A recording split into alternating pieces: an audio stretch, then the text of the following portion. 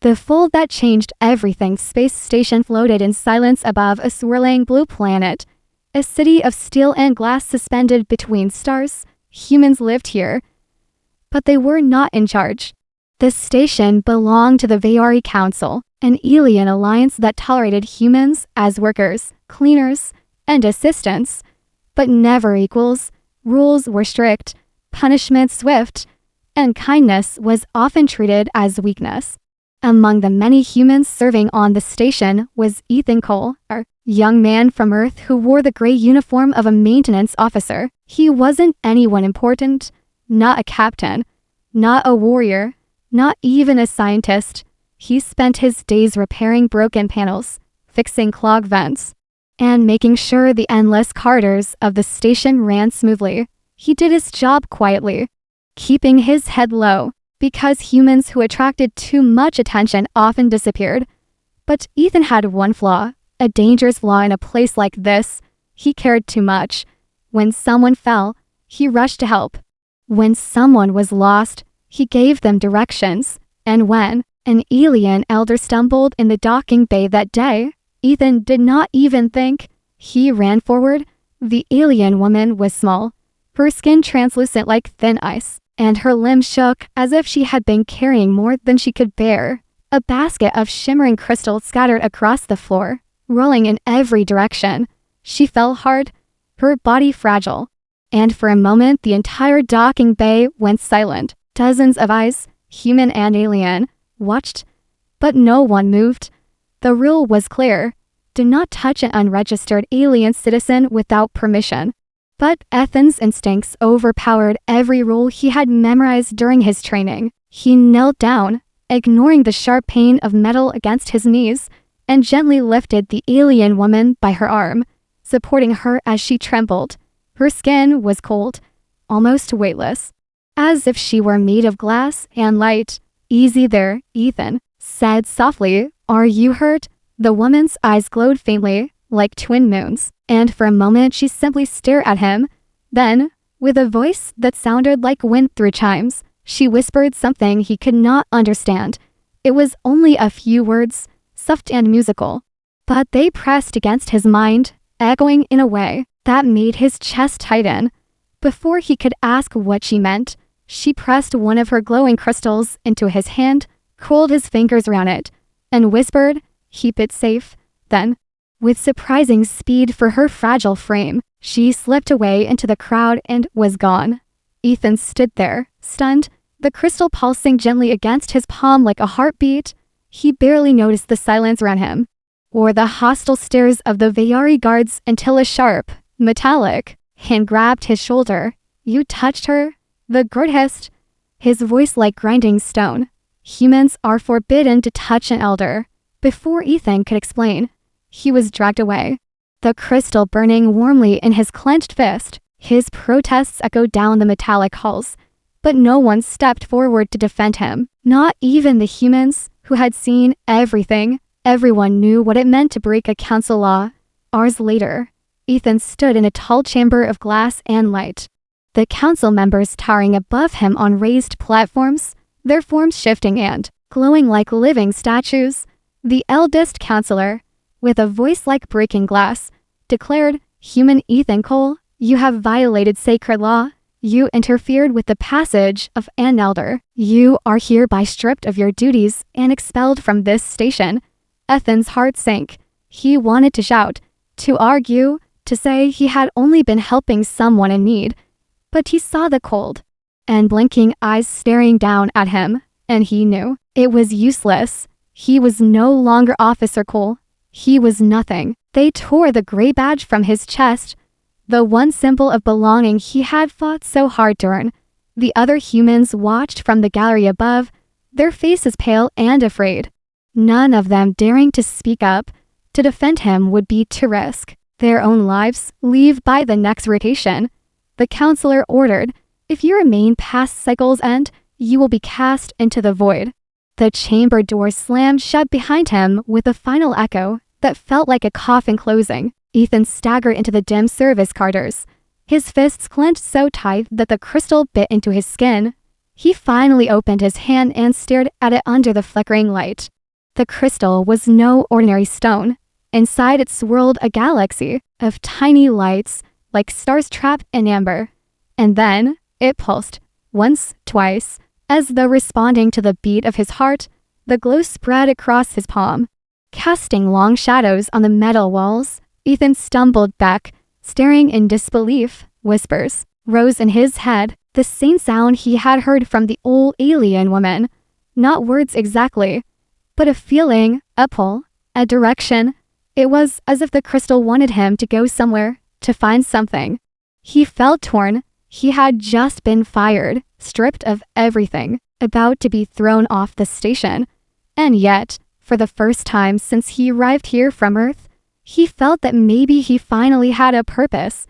He didn't know it yet, but helping the fragile old alien would be the first step into a destiny far greater than anything he had ever imagined. The exile's gift crystal kept glowing in Ethan's palm, a soft pulse that matched the rhythm of his heart. He tried to drop it, but it clung to his skin as if it were alive. Each time it throbbed, he felt a wave of warmth travel through his veins, like liquid light spreading through his body. He had no idea what the alien woman had given him, only that it was something powerful, something the council might want. Ethan moved through the maintenance corridors, shadows stretching long as the station lights dimmed for night cycle. Security drones hovered at checkpoints, scanning faces, searching for him. Everywhere he turned, he felt the eyes of the council's enforcers, cold and sharp. His life on the station gone in a moment of compassion. He reached a dead end where a thick bulkhead blocked the way. Frustrated, he pressed his back against the wall, clutching the glowing shard tightly. Suddenly, the crystal hummed louder, and the metal panel before him shimmered, lines of light tracing an ancient pattern across its surface. Then, with a hiss, the bulkhead slid open to reveal a narrow passage no one else seemed to know about. Ethan's breath caught in his throat. He looked around to make sure no one was watching, then slipped. Inside, the corridor was different from the rest of the station. Smooth walls of dark stone, glowing veins of silver, strange runes carved into the sides. It felt alive, as if the place itself was watching him, guiding him deeper into its heart. After what felt like hours, he emerged into a chamber glowing with soft blue light. There, waiting for him, was the old alien woman, her posture straighter now, her eyes brighter. She looked at him with a mixture of relief and sorrow. "You came," she whispered, her voice echoing in the chamber like 1,000 distant bells. "You are braver than most of your kind." Ethan's heart pounded. "Who are you?" he asked, clutching the crystal tightly. "Why did they punish me for helping you?" The woman stepped closer, her thin fingers brushing over the glowing shard in his hand. "I am a Lyra, last of the Ashari, a people who once guided the stars," she said softly. "To touch an elder is forbidden because the council fears what we carry, our knowledge, our memories, our keys." "Keys to what?" Ethan asked, his voice sharp with confusion. She looked up at him, her glowing eyes filled with both sadness and determination. "To the Aurelius Network, an ancient defense created before your species even learned to walk upright. It is hidden within the bones of this station, waiting for one who can unlock it." She closed his fingers tight around the crystal. "And it seems that one is you," Ethan laughed. But it was a broken sound, filled with fear. "I just helped you stand up. I'm no soldier. I'm no savior. I'm not even an officer anymore." Alir smiled gently. "That is why you were chosen. Humans act when others hesitate. You saw weakness, and instead of turning away, you offered your strength. That is what the network responds to, not rank, not power, but compassion." The crystal pulsed brighter, filling the chamber with light that painted the walls in shifting patterns. The runes glowed, and slowly, part of the wall opened, revealing a spiral staircase descending into the depths of the station. Ethan hesitated. He had only hours before the council's enforcers would throw him into space. But something about the crystal, something about Alira's words, told him this was more than just luck. This was destiny. They descended together, their footsteps echoing in the vast silence. The staircase led them to a massive chamber deep within the station's core. In the center rested a colossal structure, half machine, half living creature, its surface breathing with faint light. It looked ancient, older than the station itself, with roots of metal and crystal twisting through the walls like veins of a great organism. "This is the Aurelius ship," Alira whispered, reverently. "It was built by my people, long before the council rose. It is alive, but it sleeps, waiting for a hand that can wake it." Ethan stepped closer, his pulse quickening as the crystal in his hand shone like a star. The giant vessel pulsed in answer, lights sparking to life across its surface. "Why me?" Ethan asked. "I'm nobody. You are human," Alira said, "and that makes you everything." Before he could ask what she meant, the chamber trembled, dust falling from the ceiling. An alarm echoed through the station, a deep wail that chilled him to the bone. Alira closed her eyes, as if listening to a sound only she could hear. "It is here," she whispered. "The hollow star has come." Ethan looked at her, his throat dry. "What is the hollow star?" Her glowing eyes fixed on him, filled with sorrow and fire. "It is the end of worlds, the eater of suns, and it has come for us all." The crystal in Ethan's hand burned so brightly that it hurt to look at. In that moment, as the chamber shook and the distant roar of alarms grew louder, Ethan realized that the simple act of helping a fallen stranger had set something in motion. Something ancient. Something dangerous. Something that would either destroy him completely or give him the chance to change the fate of the galaxy. The spiral staircase rattled as the council's enforcers stormed down, their heavy boots echoing like drums of war. Ethan clenched the crystal tighter, his mind racing, his heart pounding in rhythm with its glow. He had lost everything, but in his loss, he had gained something far greater. And though he could not see it yet, this fall was only the beginning. The gathering storm sound of heavy boots echoed down the hidden staircase, each metallic step closer than the last. Ethan tightened his grip on the glowing crystal, its light flickering like a heartbeat racing in fear. Alira's translucent face was calm, but her eyes shimmered with urgency. "They are coming," she whispered, "but they cannot follow us where we must go." A wall behind the ancient ship split open with a groan, revealing a tunnel of crystal and light. It wasn't built by the station's engineers, Ethan realized.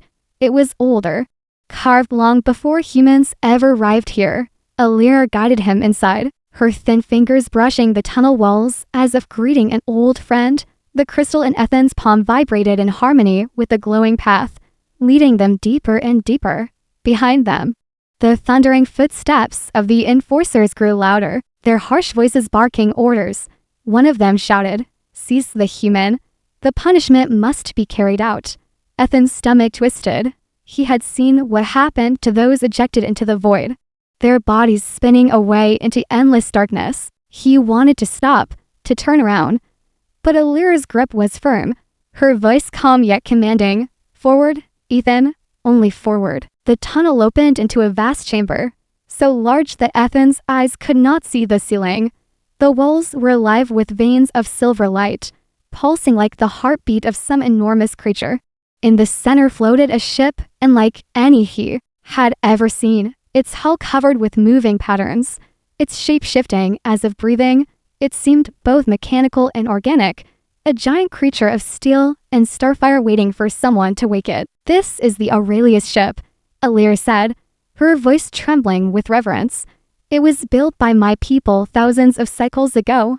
It was meant to defend not just our world, but the entire galaxy from what is coming." Ethan blinked, the glow of the crystal in his hand now so bright it painted his skin in silver. "And what is coming?" he asked, though a part of him already feared the answer. Alira closed her glowing eyes, her face tight with pain. "The hollow star," she whispered, "a devourer of suns. A hunger that drifts through the void. It does not think, it does not feel, it only consumes. My people created this ship to stop it, but we failed, and the council buried our work in fear." Her voice grew faint, her body trembling again. "But you are not like them. You helped me when none of my own kind would. The ship feels your heart.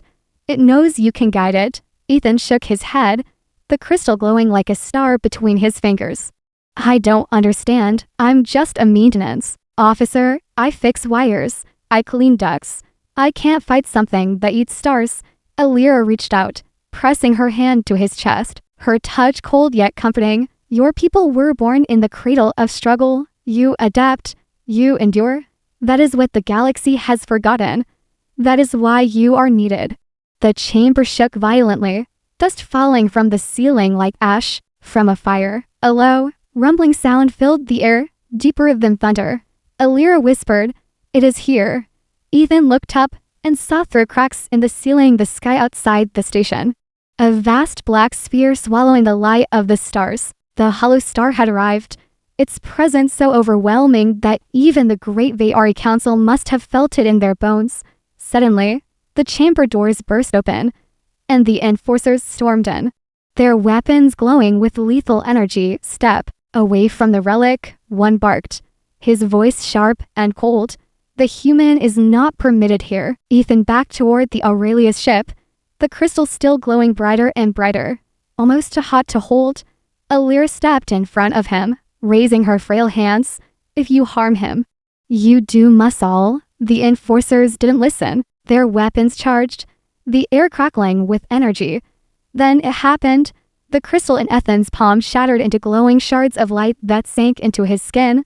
The chamber roared to life, the Aurelius ship opening its eye like Korand, unleashing a beam of golden light that swept over Ethan. He felt as if the entire station was breathing with him, as if its walls were now part of his own body. The enforcers staggered back, shielding their eyes, their weapons sputtering uselessly. A deep voice filled the chamber, not Alira's voice, not Ethan's voice, but something vast and ancient. Human heart recognized, empathy confirmed, activation sequence initiated. Panels around the chamber began to shift, revealing hidden controls, dormant engines, and glowing conduits. The station trembled again, but this time, the vibrations seemed to come from within. Alira's body flickered, her form becoming translucent like smoke in sunlight. "My time is ending," she said softly. "But you are not alone. Ethan Cole, the Aurelius ship will guide you, and I will give you what remains of my knowledge." She touched his forehead, and a flood of images poured into his mind, visions of burning worlds, collapsing stars, and a monstrous void devouring everything in its path. He saw fleets of ships shatter like glass. He felt the fear of civilizations consumed, and he understood. The hollow star could not be fought with weapons alone. Above them, alarm screamed louder, echoing through the corridors. The enforcers regrouped, their leader shouting, "Destroy the human, destroy the relic, now." But the Aurelius ship pulsed with a force that hurled them back, slamming their armored bodies against the walls like ragdolls. Ethan stood in the center of the light, his heart racing, his body trembling as the ship's power flowed through him. For the first time in his life, he wasn't just a maintenance worker. He was something more, something greater. The hollow star loomed outside the station, a black wound against the stars, drawing in light, drawing in energy, drawing in life. And as the Aurelius ship rose from its ancient cradle, responding to Ethan's heartbeat, the young human realized the truth. Being fired was not the end of his story. It was the beginning of a war. A war where the fate of countless worlds rested in the hands of a single human who once refused to walk past a fallen elder. Fate's chosen Aurelius ship floated in silence, its surface alive with streams of silver light that wrapped around Ethan like strands of energy. He stood in the center of the chamber, the shattered crystal now dissolved into his skin, glowing through his veins like molten stars. Every beat of his heart echoed through the ship, and with each pulse the ancient vessel shuddered awake, panels unlocking, engines humming.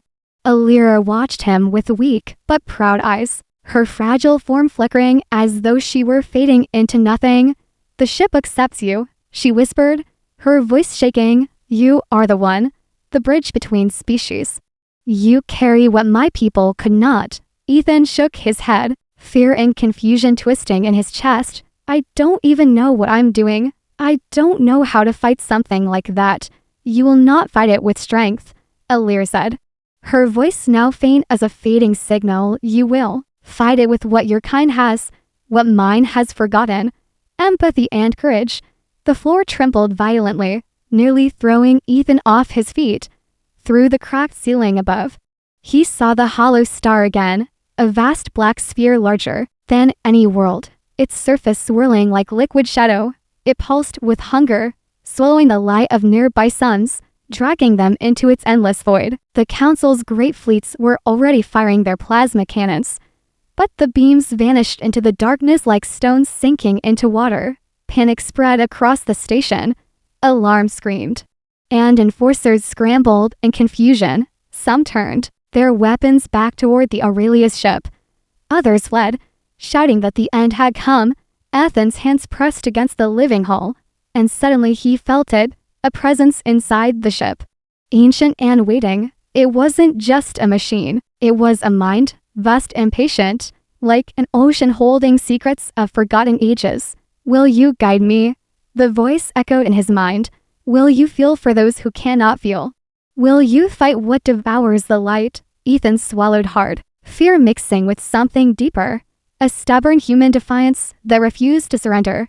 He thought of Alir's trembling hands, of the other humans who lived in fear, of Earth itself, shining far away in the dark. Yes, he whispered, I'll fight. Show me what to do. The ship roared to life, its body shifting and unfolding, crystal wings stretching wide like the arms of a giant angel made of starlight and steel. Alir smiled faintly, her body dissolving into pure light, the last of her essence flowing into Ethan. He gasped as knowledge filled his mind.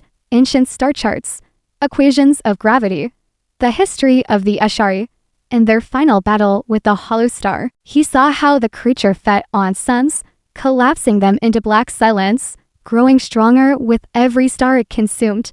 And he saw the purpose of the Aurelius ship, to channel the life force of a compassionate being into a weapon that could wound the void itself. Go, Alira's voice echoed one last time before her light faded completely. The galaxy will not survive without you. The chamber sealed itself behind him as he stepped into the ship's core. Panels lit up, wrapping him in a cocoon of silver light. The ship's systems fused with his heartbeat, his thoughts guiding its movements. For the first time since leaving Earth, Ethan felt power rushing through his veins, not the power of authority, but the power to protect. Outside, the hollow star loomed closer, its surface boiling with shadows, its presence pressing into the minds of every creature on the station. Aliens clutched their heads, collapsing to the ground, overcome by whispers that promised peace if they surrendered their lives. Humans, however, resisted, their emotions creating sparks of defiance that the hollow star could not consume. Ethan realized what Alira had meant. Only humanity could resist. The creature, only humanity could wield the Aurelius ship. The station trembled as the hollow star's tendrils of darkness lashed against its shields. Inside the ship, Ethan reached out with his mind, feeling the vessel respond. Engines roared to life, golden energy flooding the chamber. The Aurelius ship rose, tearing free from its ancient cradle, bursting through the ceiling and into the void. For the first time in his life, Ethan was not a maintenance officer cleaning up the mess of others. He was the commander of a ship older than any empire. Armed with the power of stars, the council watched in stunned silence as the Aurelius ship hovered outside the station, its wings glowing like a second sun. The enforcers who had come to rest, Ethan now lowered their weapons, unsure if they faced an enemy or a savior. Ethan's voice echoed across the station, carried by the ship itself. I may not be one of your council, but I will not stand by while your fear destroys us all. The hollow star pulsed again, its shadow stretching like a storm across the void, swallowing light, bending space. The Aurelius ship responded, channels of golden fire blazing outward, weaving into a great shield around the station. The impact was like thunder without sound, a clash of light and dark that shook the stars themselves. Ethan felt the weight of countless lives pressing on him, felt the fear of billions echoing in his chest, but he did not break. He held firm, his human heart burning brighter with every surge of pressure. In that moment, the council realized the truth they had hidden even from themselves. The future of the galaxy did not rest in their laws, their fleets, or their power. It rested in the courage of a human who had been cast aside, Ethankel. The man who lost everything for helping a fallen elder was now the only one standing between life and the endless dark. And as the hollow star loomed closer, the golden ship's light grew brighter. The storm had only begun, and fate was about to reveal its greater plan.